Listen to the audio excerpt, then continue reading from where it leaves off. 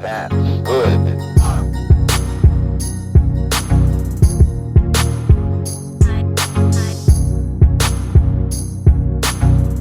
We in the kitchen, third segment. We about to get into it. We got the third question coming up. Jig, take it. It's all good. But this, like I said, this is the third segment. We got some new guests as y'all see. You got a returning guest as well, the one of the hosts. This next question, I will want some not information, but I will want some opinions from the audience as well, though, because this question is gonna hit home. All right, so you want me to say the issue? You want to go ahead? You got it. Go ahead. You want me to say it? Yeah, go ahead. Go ahead. Tell them like that. All right. I'm gonna say real smooth. Nowadays in relationships, people are replaceable and or interchangeable. What can you bring to a relationship that brings value that cannot be easily replaced or exchanged? So I'm gonna start with Mike Q. Right Damn. So again, you don't want to be replaceable in a relationship. What can you, as an individual, bring to a relationship that cannot be easily replaced or exchanged? That's the question. That's what we're rolling with. That is a good one. It is. That's a tough question. I better be out there thinking too as well. I'm putting somebody to the table on this one. So I do believe nowadays it sucks, but it's a very different time where I feel like more people are in relationships, or better yet, marriage for lifestyle over love. So, like, I guess, personally, as far as a relationship is concerned, it's kind of like I run my situation like a ship. It's like, what does my ship lack? Like, what do I need to keep my ship going? And then I'm a person who loves challenges. So I need somebody to come on ship that's going to take me to the next level, but at the same time, I'm bringing them up to a captain's level. So I feel like as far as what I bring to a relationship, I mean, as a man, we're supposed to bring what the woman lacks, right? We're supposed to be the provider by default. It's up to us to bring bring into her life what she's missing. So at the same time, same token, I'm looking for a female that at the same time is going to make me a better man. I'm understanding. I have a lot of patience. I have a beautiful foundation. Being a young male, career, good credit. You know what I'm saying? Hey, black man with good credit. That's what you're Shout out to the good credit. 740 and up. Yeah, no, but you say so. I bring that foundation. Okay. So what do you bring to my foundation? What do you bring? Don't say foundation. He said he already got the foundation. What you added on? Let's get spicy. So I think Mike Q just set the bar real high for you out there and you at this table. So with that being said, of course you already know one of the men speaking. I'm gonna let one of the ladies speak. Absolutely. So let me go with you since you want to put it on. I like the way you did that, baby. You did it and you did it. So what's your name, Miss Lady, and state your business? My name is Noelle. Okay. Hey, Noelle. You're doing well. What I bring to the table, I feel like this might sound cliche or corny, but I bring myself. I feel like if you really love me or really like me, if you really like me or love me, then I should be enough. I feel like you shouldn't have to go through the rigmarole of trying to prove yourself too much to people, because you should like me as who I am, not what I can do to you. Because you should equal each other out. Okay. Yeah, speak on that, man. Go ahead. Speak on that, or you gonna be speak on that. Speak on that specifically? No. You ain't saying nothing. You ain't saying Answer the question. What do you feel Answer about the question. Lord. I think for me specifically, what I can bring to a relationship is just like my leadership qualities and just providing structure to a woman's life. I feel as though like I live my life on a very I am a very meticulous person, and I have a lot of things planned out for myself in terms of like the level of success that I want to reach, and the empire that I want to build. So for me, it's just a matter of just finding the right person that'll compliment me in the things that I do and the things that I need. So I think that I can bring that level of structure and discipline and support that, you know, a woman can use to take her life and what she got going on to the next level, which ultimately, like, if she ends up complimenting me and what I got going on, it's going to take me to the next level. So I would just say that, like, you know, that just like constant, like, you know, support system, that constant, you know, just making sure that everything is operating on the level that it need to operate. I think that's what I can bring. Specifically. My man. I ain't gonna speak on what Noel said, but I think that's what I can bring. Hookah as well. Anyway, I'm not gonna pass on you right now, though. I'm feeling it good. Anyway, Mike. I'm telling you, Mike D. I'll let your boy, man. What do you feel about that question, man?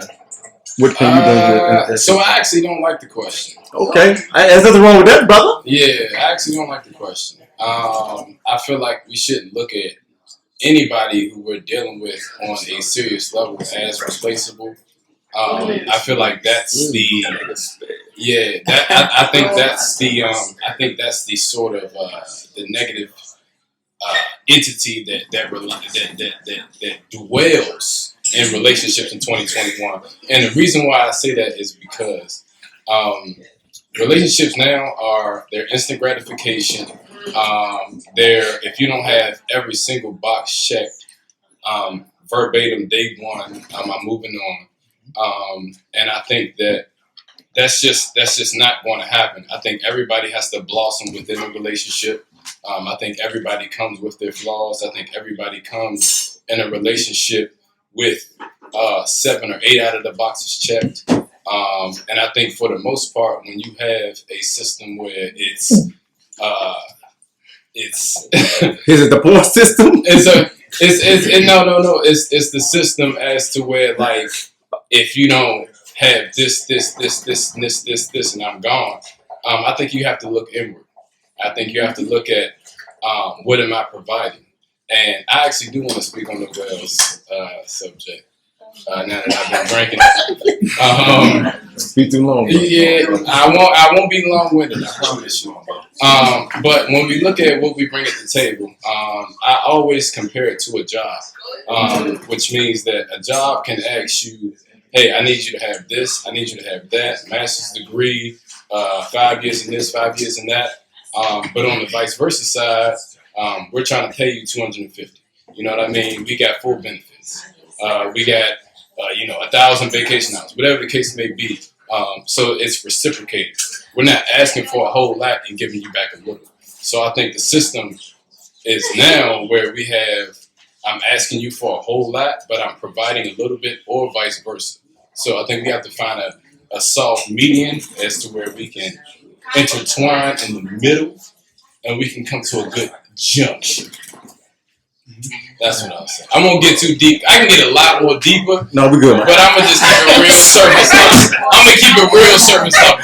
I had to slide it on. Because last time I was talking my shit. They got mad. So I'm gonna keep it real surface. Okay. Hold on, before you move forward, because you got her, I gotta get you. Ooh. When you said you didn't like the question. Mike, you gotta get me. Mike and Mike. All right, let's go. In the evening. All right. Ooh, I like that. You didn't like the question because you said what you said about checking the boxes and X, Y, and Z. Nobody should be replaced with this, that, and other. I feel like the women are going to feel me more than anybody else in here when I say this. What happens when somebody comes into a situation wearing a mask and a cape, pretending to be something that they're not, checking off all the boxes? What happens when you unveil that? And that's what I spoke to. I believe it was Jasmine. You have to recognize the game, and I always say game recognize game, meaning that I can hear. If somebody's coming with a facade and somebody's telling me what I want to hear, and I'm able to adapt to that, I'm able to adjust. So I don't really listen to what people are talking about. I listen to their actions. And people don't hear what I'm saying when I say that I listen to their actions. You know what I mean? And I think that's what people don't get. People get caught up in what people are saying, and people are paying attention to their actions. and you get caught up in what people are listening to, I don't listen to anything anybody says. You have to produce. And if you're not producing, then I have to move on. Good. Damn, that's some deep shit right there on that one. Right there. So, since we had the men speak some high intelligence shit, I like that. We're gonna ask this young lady right here. Your name is lady? Speak Hi, on. I'm Terry. All right, Terry. Yeah. Welcome. Me, everybody. Trust and believe. Good Yeah. share. Trust. Okay. So, I mean, I was loving what you were saying, and also to the sister, I love what you guys were saying too. But I feel like in the question itself, I feel like we're so just looking forward to seeing like what someone checks off or what you can bring and stuff like that. Sometimes we have to realize everybody's not meant for everybody. You can come across somebody and stuff and thinking that it is for you, but it could be totally wrong for you. Somebody can go smack at you at a bar or somewhere, and you can be thinking, as a female yourself, you can be thinking like, I could be totally wrong for you, and you trying to sell me a story, but I know I ain't shit. You know what I'm saying? You ain't buying it. But you don't really know that unless you actually really within know yourself. You know what I'm saying? And so sometimes within stuff like that, it's like you have to, when you start to get older, it's like, what do you really like need and want? You know what I'm saying? Because you can come across somebody and they could be wrong for you, but then you learn things throughout like the relationship, whether it's good or bad, whether have to uplift yourself, whether to be sneaky, conniving, you learn something. Well, I would hope you would, because that's always like, you know, the objective is just to learn something through any type of experience. So half the time what you're dealing with or who you're dealing with and stuff, it really just depends on like your personal like experience. Just like you can tell within you, you're going by off of the gist of your knowledge and what you know and stuff, and how you are as a man because you're content and stuff. So you already come into a situation as if like, look, this is me. I don't need to check out nothing for myself. I know I'm good. I know my worth. I need to see what she brings. Of course, you won't really say that to her. Right. And I wouldn't say I come like that. Well, even if you don't, but I feel like even if you don't come out like that, you should always come into any situation knowing like whether you ain't shit or whether you are the shit. You know that within yourself. Like, look, you know what I'm saying? Like, I'm about to feed you bullshit, so here it is. Or I'm about to really tell you the real. Here it is and stuff. I personally go off of the gist, like, your own personal stuff, because anybody could be rapping to you. It can be a whole fuckboy, but it sound good. You know what I'm saying? But it feel good, so you'll feel like, I'm just going to go with it. Right. And then depending on the person, sometimes they go with it. Knowing that shit is toxic as fuck. And you talking that shit. You know? Can you mind if I second that? You go ahead. So she brought up a cogent point, which is that, yeah, hey, I don't know who felt me, but yeah, Okay. get your books. But she brought up a point where she's talking about, I know you ain't shit, but it sounds good, and I think that's where we get into a mix, meaning that we can mistakenly misvalue somebody who we know we ain't shit because we've let them fill us with bullshit. And what I mean is that we all know we're all grown in here. We all know what bullshit sounds like. We all know what bullshit feels like. But if we choose to dabble in that bullshit, we can't put that on the man or the woman.